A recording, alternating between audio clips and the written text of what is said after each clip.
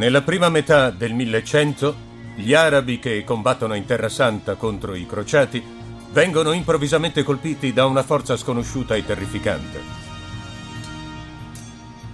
Una legione di monaci guerrieri chiamati i Cavalieri Templari.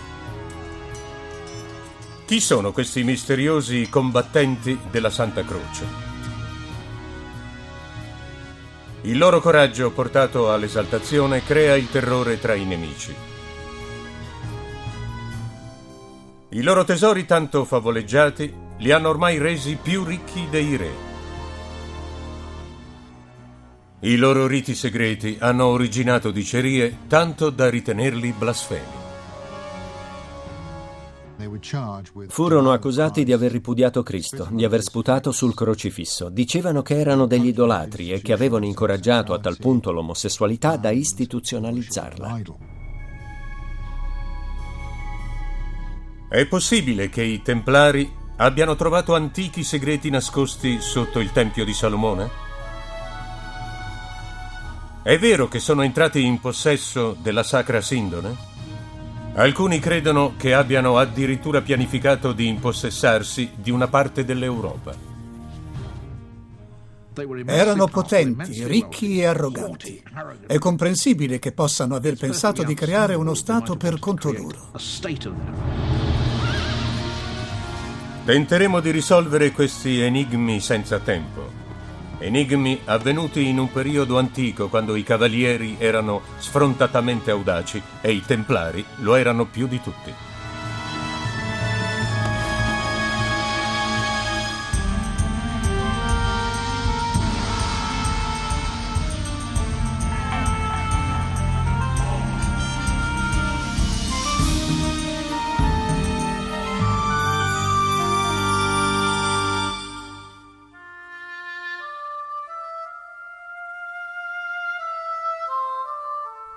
La Terra Santa, venerata da cristiani, musulmani ed ebrei.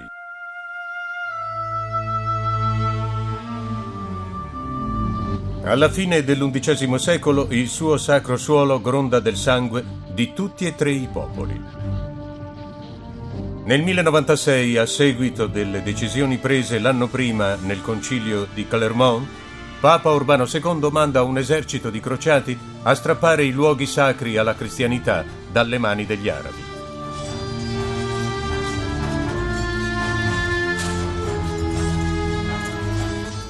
Si dice che mentre i cavalieri vittoriosi correvano a pregare sulla tomba di Gesù, i saraceni si muovevano a fatica in un mare di sangue.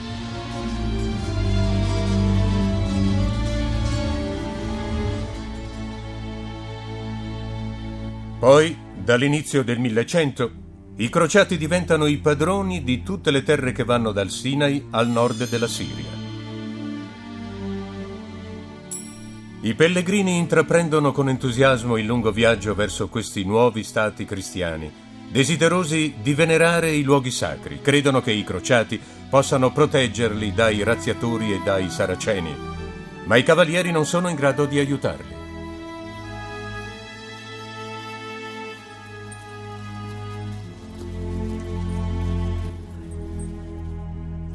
I crociati avevano preso possesso di Gerusalemme e dei luoghi santi, ma in realtà non avevano uomini a sufficienza per riuscire a controllare tutto il territorio della Palestina e della Siria, per cui era piuttosto pericoloso essere un pellegrino in viaggio su quelle strade. Nel 1118, un gruppo di cavalieri, 9 in tutto, si presenta al cospetto di Baldovino II, capo dei crociati e re di Gerusalemme. Guidati da Hugues de Payen, un nobile francese, questi 9 cavalieri diventeranno presto una delle organizzazioni più potenti e misteriose del mondo medioevale. Un'organizzazione i cui segreti ancora oggi lasciano perplessi.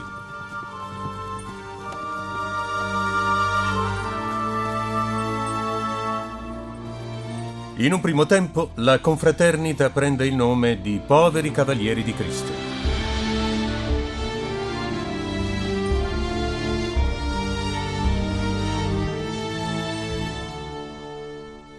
Alcuni nobili di alto lignaggio, devoti a Dio, espressero il desiderio di vivere in castità, obbedienza e senza alcun possedimento.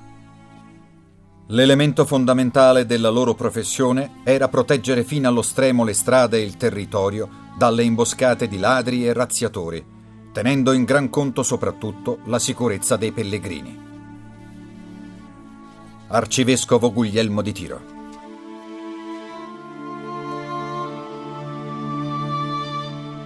Re Baldovino decide allora di offrire ospitalità alla confraternita e gli cede un'ala in disuso del suo palazzo sul Monte del Tempio a Gerusalemme. I crociati sono convinti che questo sito corrisponda a quello che era, nel periodo biblico, il Tempio di Re Salomone.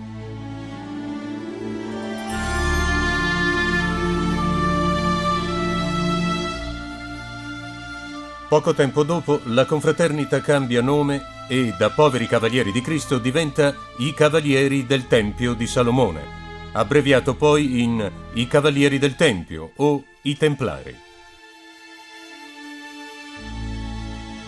Presto tutta la cristianità li avrebbe conosciuti e li avrebbe guardati con un misto di curiosità e timore.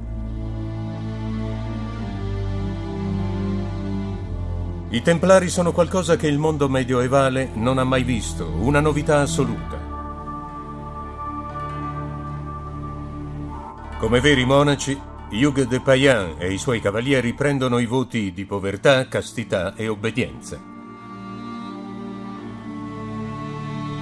Si alzano prima dell'alba per pregare e consumano i loro pasti frugali in silenzio.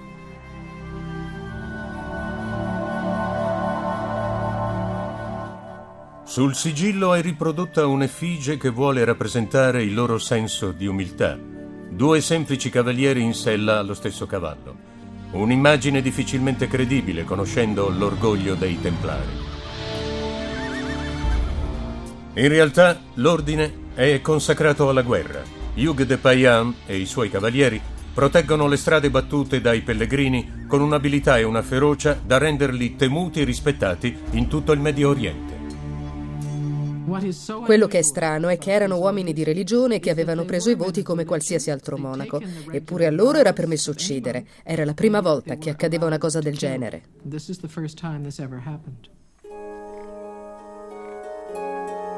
La loro duplice identità sconcerta i crociati. Sono in molti a chiedersi se questi monaci guerrieri non abbiano in realtà qualche altra missione segreta da portare avanti.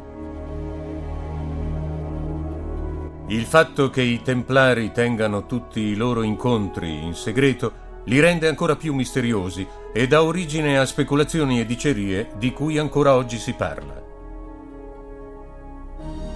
Alcuni dicono che possono aver scavato segretamente sotto il loro quartier generale, dove una volta c'era il Tempio di Salomone.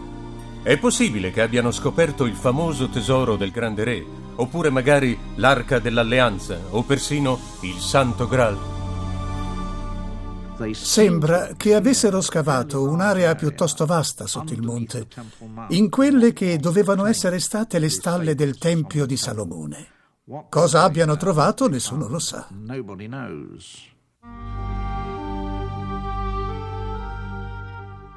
Non si sa se i Templari abbiano scavato sotto il Tempio di Salomone. Non c'è nessun indizio che lì abbiano avuto luogo degli scavi. Quello era un luogo sacro. Dubito molto che possano aver scavato in un posto simile.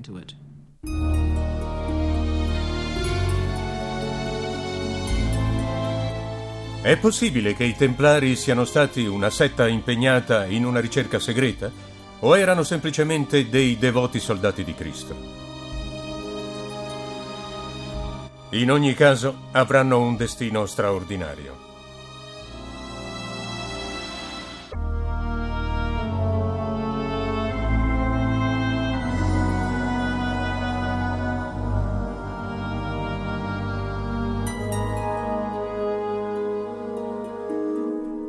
Nei primi 8 anni di vita, il nuovo ordine si rende conto di aver bisogno di denaro e di adepti ed è costretto a lottare per sopravvivere. A volte è messa in dubbio anche la sua stessa esistenza. Poi, nel 1126, tutto cambia. In quell'anno, Hugues de Payens torna in Francia.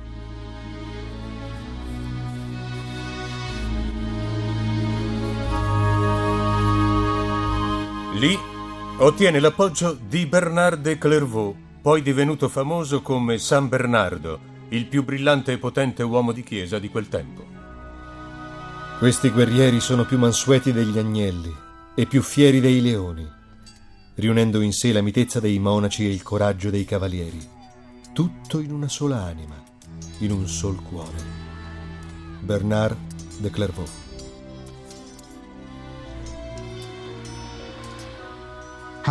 I Templari ottennero l'appoggio del religioso più autorevole di quegli anni, capace di influenzare tutta l'aristocrazia francese. Egli mise un piccolo quanto oscuro gruppo di uomini, votati a proteggere i pellegrini, nelle condizioni di diventare famoso. Da quel momento l'ordine iniziò ad attrarre molti nuovi adepti e a ricevere parecchie donazioni. I poveri cavalieri di Cristo si ritrovano presto ad essere una delle organizzazioni più ricche d'Europa.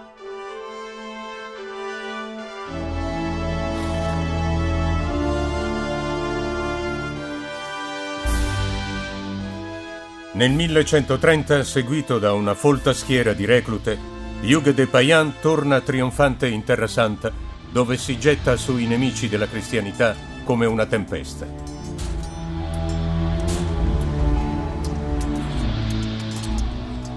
30 anni dopo, i Templari hanno già costruito una catena di castelli inespugnabili lungo tutti i confini delle terre dei Crociati.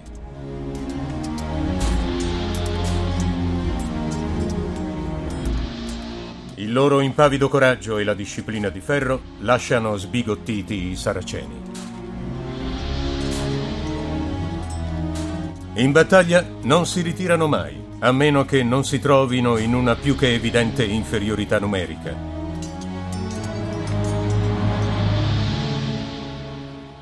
Se vengono catturati dal nemico, sono subito decapitati invece di servire da ostaggi per la richiesta di un riscatto, come gli arabi hanno l'abitudine di fare. Durante tutte le crociate, più di 20.000 templari muoiono in battaglia. Eppure, per quanto paradossale, saraceni e templari nutrono una forte stima gli uni degli altri. Quando mi trovavo a Gerusalemme, ero solito andare dove vivevano i miei amici templari. Lungo un lato del palazzo c'era una chiesa. I templari avevano lasciato questo luogo a mia disposizione in modo che io potessi pregare. Usama ibn Munkid, ambasciatore saraceno.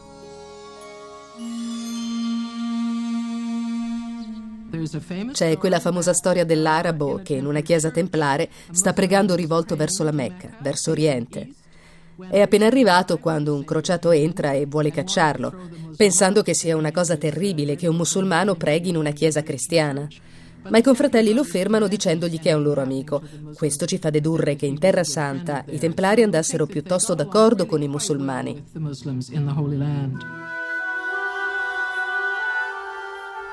Col passare del tempo, quanto l'ordine entra in rapporto con i Saraceni.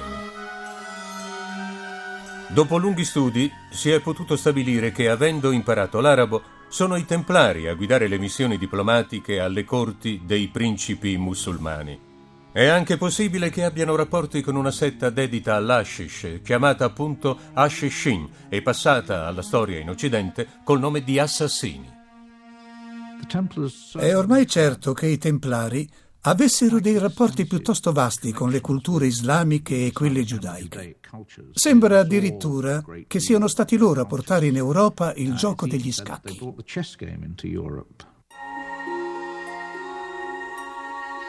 Già allora si diceva che gli amici dei Templari di fede musulmana ed ebraica avessero insegnato ai membri dell'ordine le antiche scienze dell'Oriente, arti segrete come l'alchimia, l'astrologia e la numerologia.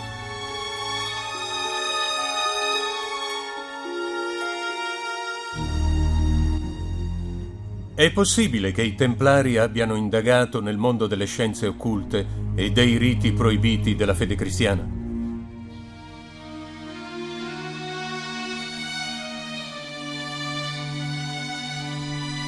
In quello che rimane delle chiese templari strane teste dall'aspetto astratto fissano lo sguardo dei visitatori. Sin dal Medioevo si è continuato a credere che i Templari possono aver segretamente violato i voti religiosi adorando un idolo dalla testa umana.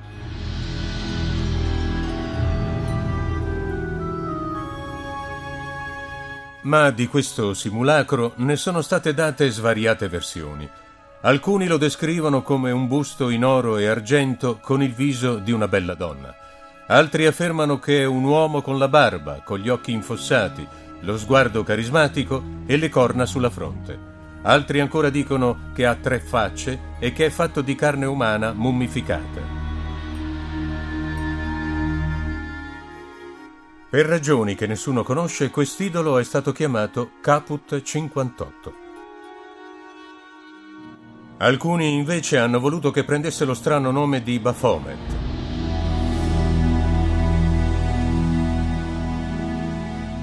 Tenendo presente gli stretti rapporti tra Templari e Saraceni, alcuni storici hanno affermato che Baphomet era Maometto e che i membri dell'ordine siano stati in segreto dei seguaci dell'Islam. Ma la fede musulmana proibisce l'adorazione di teste o di qualsiasi altro tipo di idoli. Nei recenti anni '80 uno studioso della Bibbia, il dottor Hugh Schonfield, ha proposto una nuova strabiliante teoria. Egli afferma di aver scoperto quello che lui ha chiamato il cifrario Atbash, un antico codice segreto basato sull'alfabeto ebraico. Lo studioso crede che i Templari possano aver imparato il cifrario in Medio Oriente e che lo abbiano usato per nascondere le loro credenze eretiche in parole apparentemente senza senso.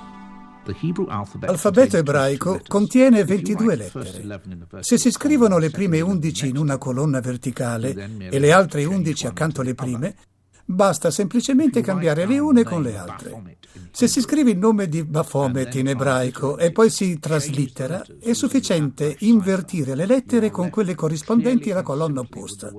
Quello che rimane è semplicemente la parola Sofia, e Sofia è la saggezza, il principio femminile della saggezza. È possibile che i Templari abbiano adorato in segreto una dea della saggezza proibita dalla fede cristiana? Nei primordi della cristianità, Sofia è venerata come una dea da una corrente mistica chiamata gli gnostici, o coloro che conoscono. Alcuni studiosi credono che Sofia sia in qualche modo collegata alla dea egiziana Iside e ad altre dee pagane dell'antichità. Poi, nel IV secolo, la Chiesa mette fuori legge gli gnostici, ma è possibile che le loro idee abbiano continuato a vivere perché segretamente tenute in gran conto, forse proprio dai Templari.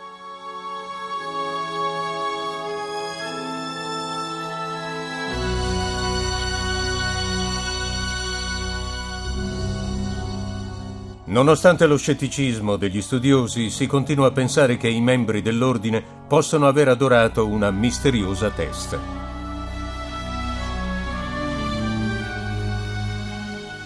E ci sono alcuni che addirittura credono che quest'idolo possa essere collegato con uno dei più famosi enigmi della storia.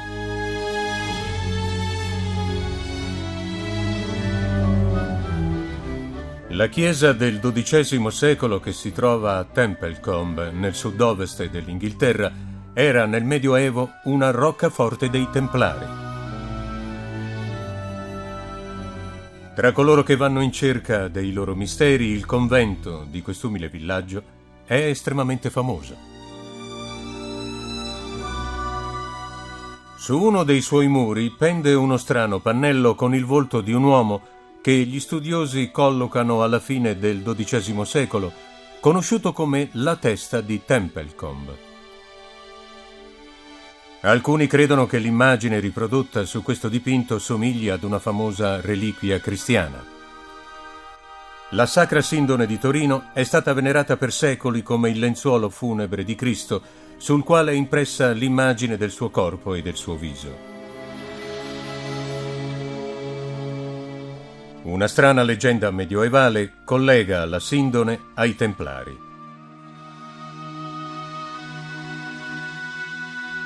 Questa importante reliquia una volta era conosciuta con un altro nome, il Mandilion. Il Mandilion è un telo che porta l'impronta, si suppone, del viso di Gesù.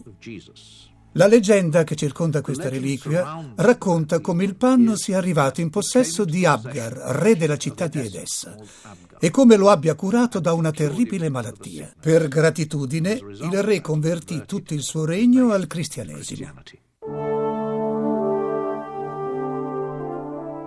Seguendo gli avvenimenti storici, Edessa viene assediata a metà del X secolo dall'esercito bizantino e il Mandilion trafugato. Il sacro lenzuolo viene portato dai bizantini nella loro capitale, Costantinopoli, dove vi rimane fino al 1204, uno degli anni più neri di tutta la storia medioevale. Il 1204 è l'anno della vergognosa Quarta Crociata, quando un esercito di cavalieri cristiani, diretti verso la Terra Santa, decide invece di depredare dei suoi tesori la cristiana Costantinopoli.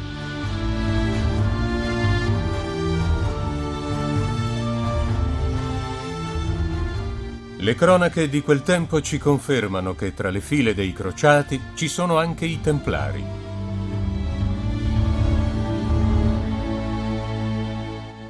Nel caos conseguentemente nato dal saccheggio della città, il Mandilion scompare. Ma potrebbe anche non essersi perso.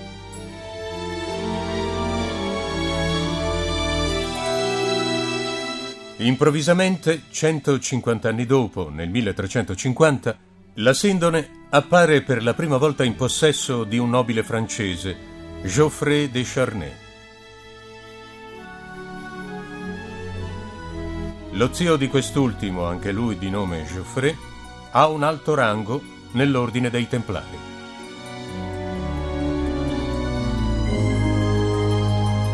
È possibile che la Sacra Sindone sia il magico mistico Mandilion salvato dai Templari, dai saccheggi di Costantinopoli e con estremo rispetto conservato dalla famiglia de Charnay? Che il misterioso idolo di Templecombe sia una raffigurazione dell'immagine impressa sul Mandilion? Come tutte le questioni che riguardano i Templari, il dibattito rimane ancora animato e irrisolto.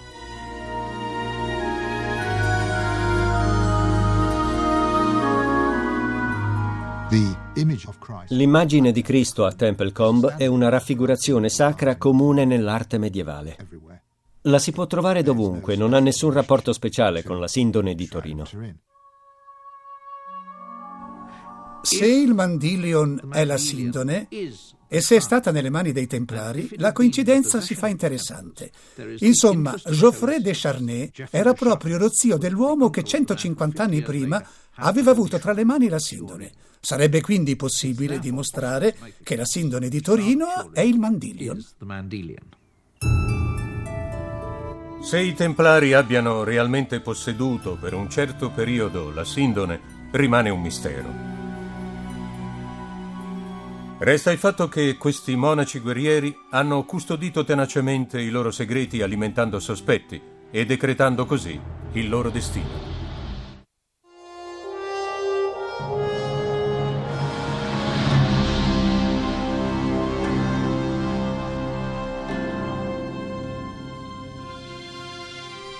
Alla fine del XIII secolo i Templari sono al culmine della loro potenza e ricchezza.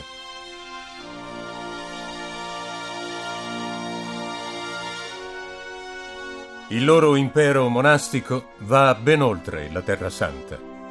Esistono circa 900 piazze forti alle loro dirette dipendenze sparse per il mondo. Si allenano alla violenza delle battaglie con un duro addestramento e possiedono una catena di fortezze inespugnabili che va dall'Inghilterra all'Egitto. È in questo periodo che crescono le voci sulla loro eccezionale ricchezza. Possiedono e controllano almeno 15.000 proprietà sparse per tutta Europa e, in quanto ordine religioso, non pagano tasse. Si vocifera addirittura che abbiano più soldi di tutti i principi messi insieme. In realtà sono i principi che devono soldi a loro. La loro ricchezza li rende i più importanti banchieri del tempo. Svolgono transazioni internazionali. Sono in grado di finanziare le guerre e lo sfarzoso standard di vita di re e principi europei. Ma il tempo e il potere sembrano erodere la rigida disciplina dell'ordine. Bere come un templare inizia a diventare un modo di dire piuttosto frequente. Ma il loro potere non è qualcosa su cui poter scherzare. Nonostante la loro cattolicità, neanche il Papa può permettersi di dare ordine ai templari e solo raramente tenta di rafforzare la sua autorità su di loro. Né tantomeno i sovrani della cristianità possono permettersi di dire all'ordine cosa fare.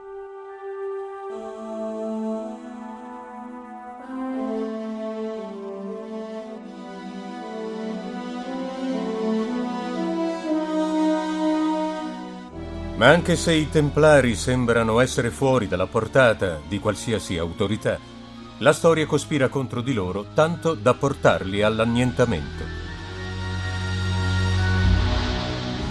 Per decenni, templari e crociati hanno combattuto una battaglia tesa a mantenere il controllo della Terra Santa.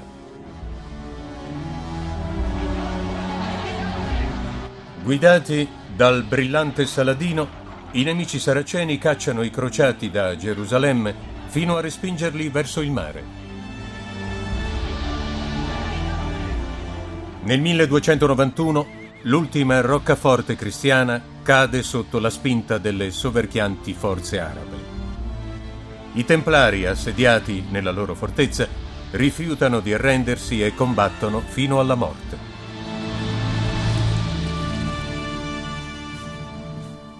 Con gli antichi territori biblici ora fermamente sotto il controllo saraceno, l'esercito dei Templari si ritira in Europa.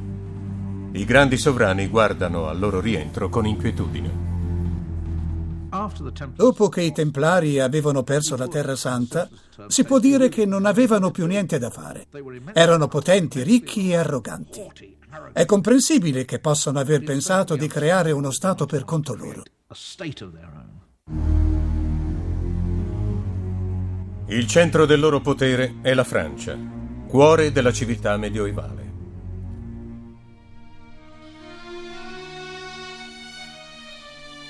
È vero che pensano di impossessarsi di una parte del regno per creare un proprio Stato dove stabilirsi? A tutt'oggi nessuno è riuscito a scoprirlo. Ma forse non è una sorpresa che all'alba del XIV secolo i Templari siano costretti ad affrontare un nuovo e scaltro nemico, Filippo IV, re di Francia.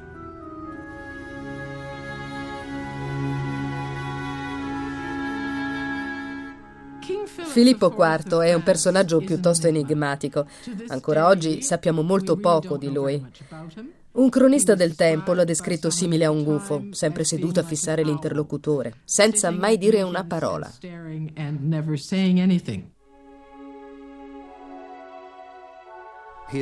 Filippo è stato accusato di essere un sovrano freddo e calcolatore, ma anche pio e devoto. È stato accusato di non sapere cosa facesse la sua amministrazione, ma anche di essere la mente di ogni atto del governo. È forse la figura più enigmatica di tutto il Medioevo. L'enorme potere dei Templari preoccupa Filippo. Per di più, ha un disperato bisogno di soldi per finanziare le sue guerre e i suoi programmi politici.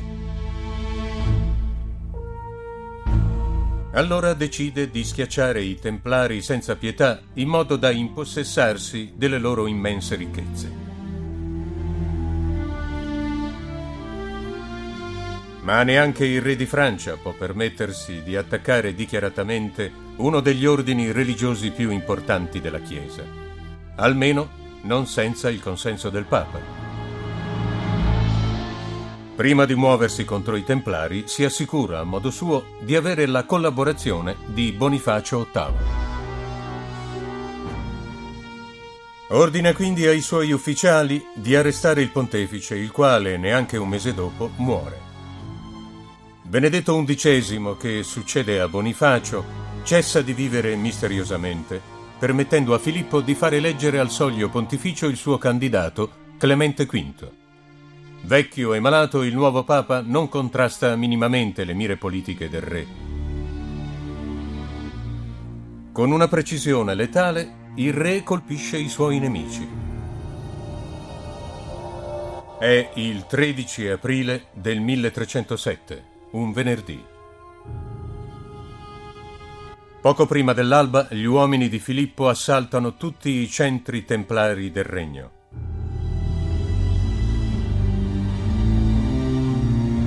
Con un'unica azione perfettamente coordinata, fa arrestare quasi tutti i membri dell'ordine e ne confisca le proprietà.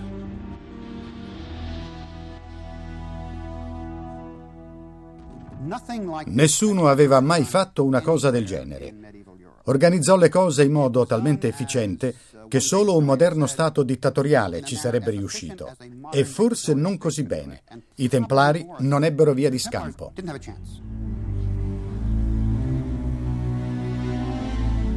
Lo shock provocato dal loro arresto è tale da essere immortalato in una famosa superstizione popolare. È da quell'anno in poi, infatti, che ogni venerdì 13 che si presenta sul calendario viene ritenuto un giorno infausto.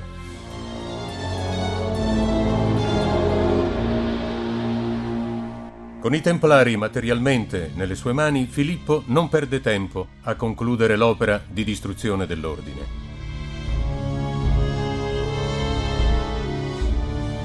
Accusa tutti di non meno di 127 crimini di impietà e ordina di assicurarsi che confessino.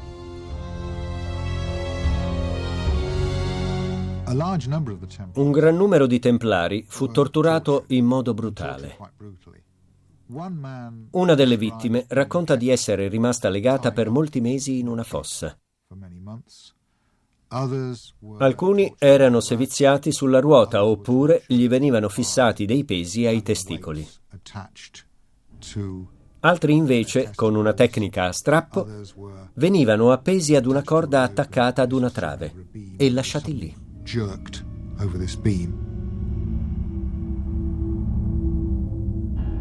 Nelle camere di tortura, molti Templari ammettono di aver negato la divinità di Cristo, di aver sputato e urinato sulla Santa Croce e di aver baciato alcuni nuovi adepti sulla bocca, sull'ombelico e sul sedere. Alcuni confessano addirittura atti omosessuali. È possibile che anche una sola delle accuse sia vera? O i cavalieri confessano per evitare le torture? Nel 1314, 7 anni dopo il suo arresto, Jacques de Molay, gran maestro dell'ordine, sbalordisce tutti ritrattando pubblicamente la sua confessione e proclamando l'innocenza dei Templari.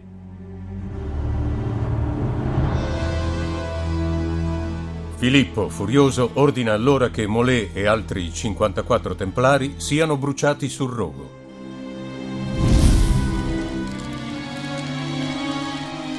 Mentre le fiamme lo divorano, il Gran Maestro lancia la sua maledizione contro il re e il Papa e giura che entro la fine dell'anno entrambi lo seguiranno davanti al trono di Dio.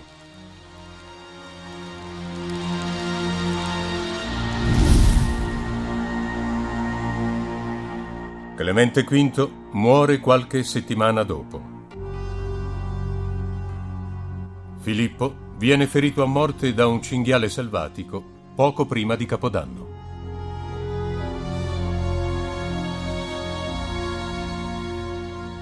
Nonostante l'annientamento dell'ordine e la confisca dei beni, Filippo non riuscirà mai ad appropriarsi delle ricchezze dei Templari. Prima di morire, infatti, il Papa aveva fatto allontanare i pochi cavalieri scampati, mandandoli nel resto dell'Europa, e aveva assegnato le loro vaste proprietà ad altri ordini religiosi. Si diceva già allora che alcuni di questi cavalieri fossero scappati portando con loro un favoloso tesoro d'oro, tesoro che non è mai stato trovato.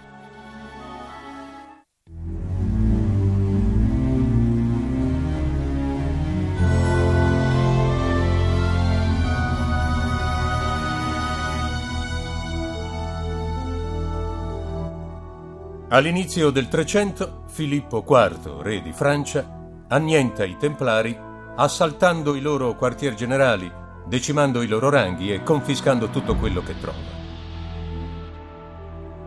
Ma è quello che vuole di più che non riesce a trovare: il favoloso tesoro dell'ordine di cui già allora tanto si vociferava. La storia racconta ancora oggi che la notte precedente al grande arresto, una flotta di navi da guerra templari riuscisse a salpare da Parigi grazie al favore dell'oscurità. Si dice che le navi avrebbero navigato lungo la Senna fino ad arrivare all'Atlantico, portando via dalle mani avide di Filippo il leggendario tesoro tanto desiderato. È possibile che a bordo delle navi ci fosse il famoso tesoro? Non lo sappiamo, ma è un modo di spiegare cosa ne sia stato del tesoro. Qualcuno potrebbe averlo preso, caricato sulle navi, e a quel punto la flotta è partita. Alcuni sono andati in Portogallo, alcuni forse sono andati in Scozia, altri hanno raggiunto il Mar Baltico. Si dice addirittura siano arrivati in America.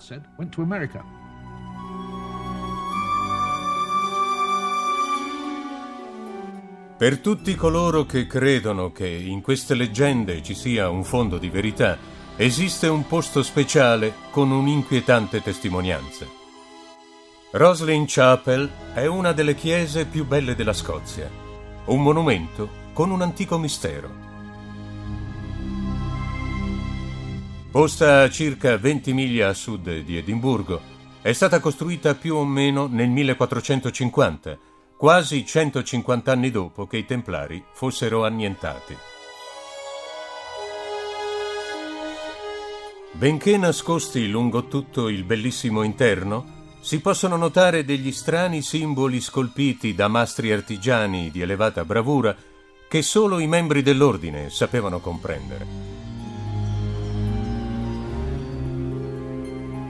In un angolo buio, 2 uomini sono seduti in sella ad un unico cavallo, come nell'antico emblema templare.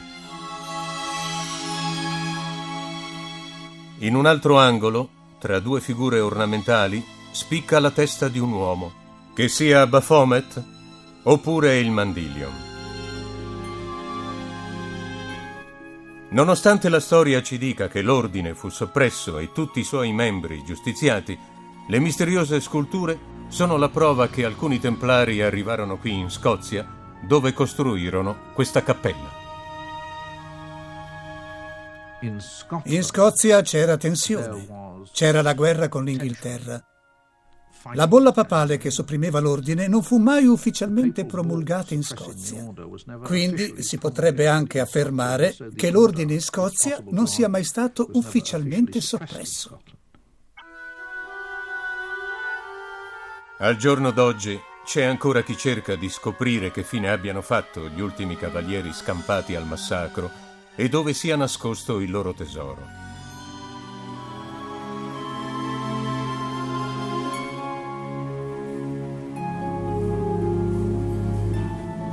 C'è invece chi crede che tale tesoro sia già stato trovato.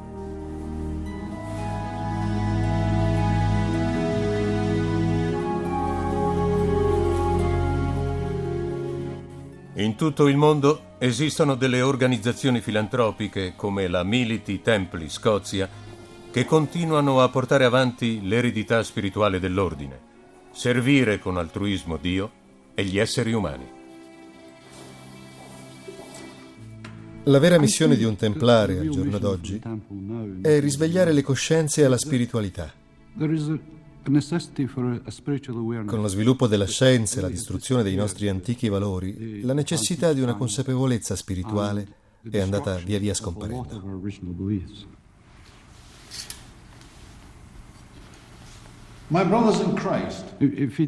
Far parte di un gruppo di persone di cui ti fidi e che credono tutte negli stessi valori alimenta la spiritualità che c'è in ognuno di noi. You being chosen to be one of the honorable company of this most illustrious and ancient order of the Templar of Jerusalem. Le organizzazioni templari moderne non discendono direttamente dai cavalieri medievali. Do you promise and swear by the Holy Scriptures that wittingly you shall not break any statutes of the said order or to the articles in them contained? I do, to serve God and Scotland. Ma l'impegno spirituale che guida i moderni templari sarebbe stato sicuramente approvato anche dall'antico ordine.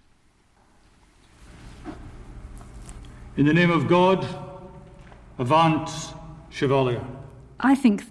Credo che l'ordine dei templari sia ancora estremamente attuale, come lo era una volta e come lo sarà in futuro. Dipende tutto dal proprio sviluppo spirituale, dalla capacità di trovare i propri valori e di aiutare gli altri a trovare i loro. Oggi i templari non sono più monaci e non è più un ordine soltanto maschile. Ormai brandiscono la spada solo in cerimonie pacifiche, ma rivendicano l'eredità delle nobili tradizioni templari e di avere segreti ben più grandi di racconti su tesori nascosti o riti scioccanti.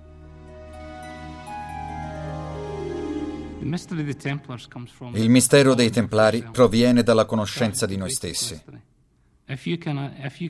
E questo è il segreto più grande.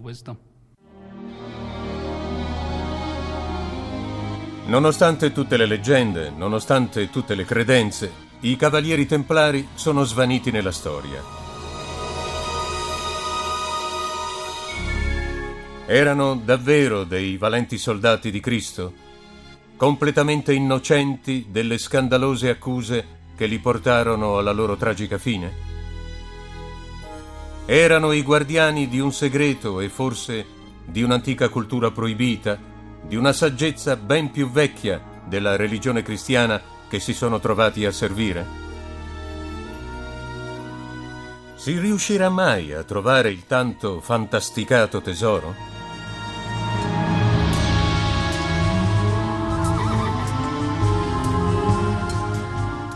Nessuno potrà rispondere a queste domande.